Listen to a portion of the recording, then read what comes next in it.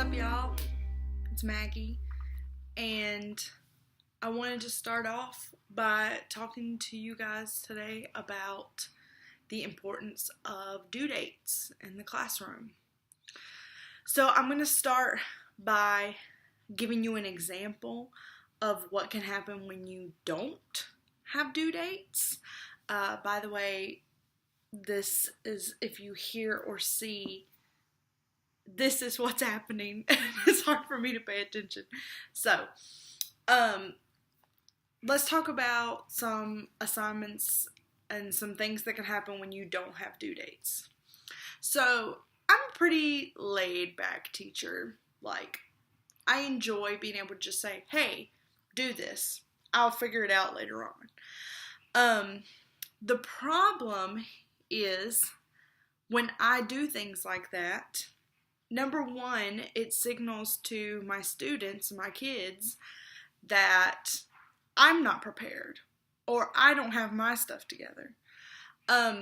Also, it can signal to them that I don't care or that I made this up on the fly and that it's busy work. Is it busy work? No, because everything I assign has a purpose. But it's possible that it could be something that I did make up on the fly. Another thing is, it could signal to the kids that in me not having my stuff together, that they also don't need to have theirs together. And that's a terrible thing to happen in the classroom. For instance, when we're reading stories, sometimes I can say, hey, I don't have a lot of questions or activities or anything for you to do for this book or this chapter or whatever. I want you to do vocab. And a lot of times I'll say, okay, you got to have 10, you got to have 15 words from these chapters that you didn't know. And you keep track of them. And I'll figure out when it's due later. So the idea in my head is they need to be doing something with this chapter, which they do. And also, my idea is I want them to learn these new words. So I do have something in mind, but at the time, I don't have all my thoughts planned out for it. So then what happens is, within the next couple of days, I say, okay, this is going to be due on Wednesday.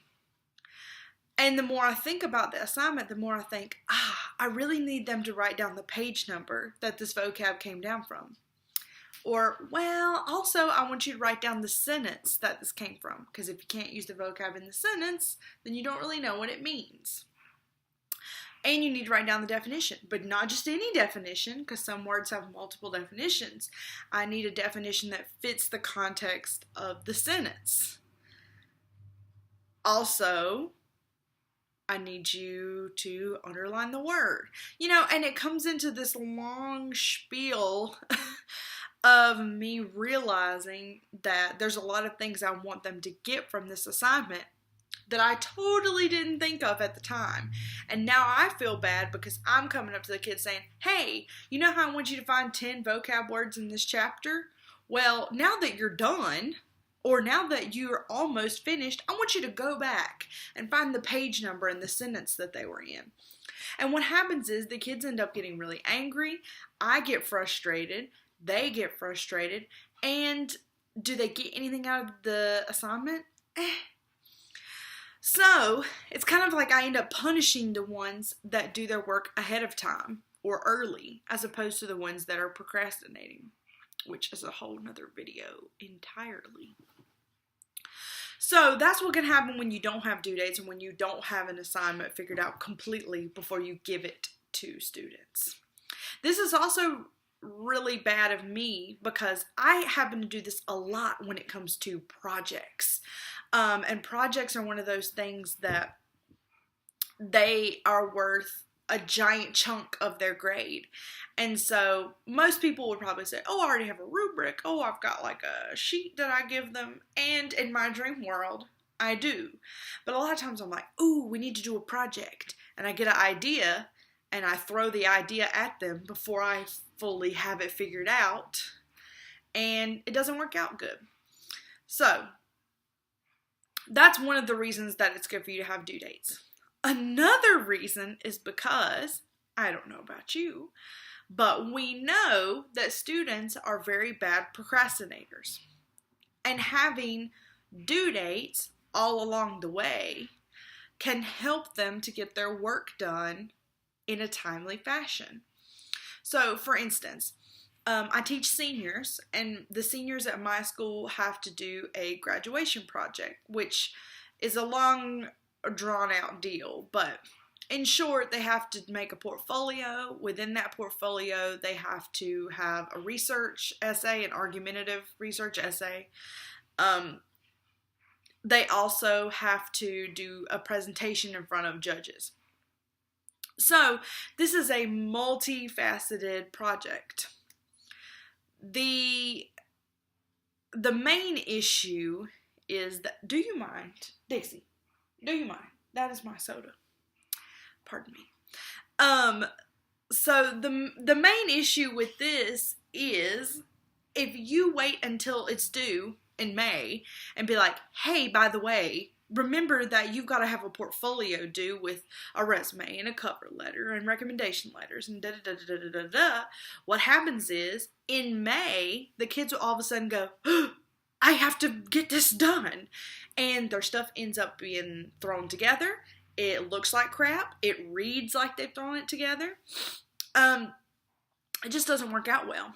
But if we start on it in January and we do one thing every month or a couple things every couple of weeks, then by the time it's due in May, we get to finally just put all the pieces together. This is not a toy. These are my hands. So this helps a lot with the kids, but also, this is the second part. Teachers, I feel like, are also terrible procrastinators. At least I am.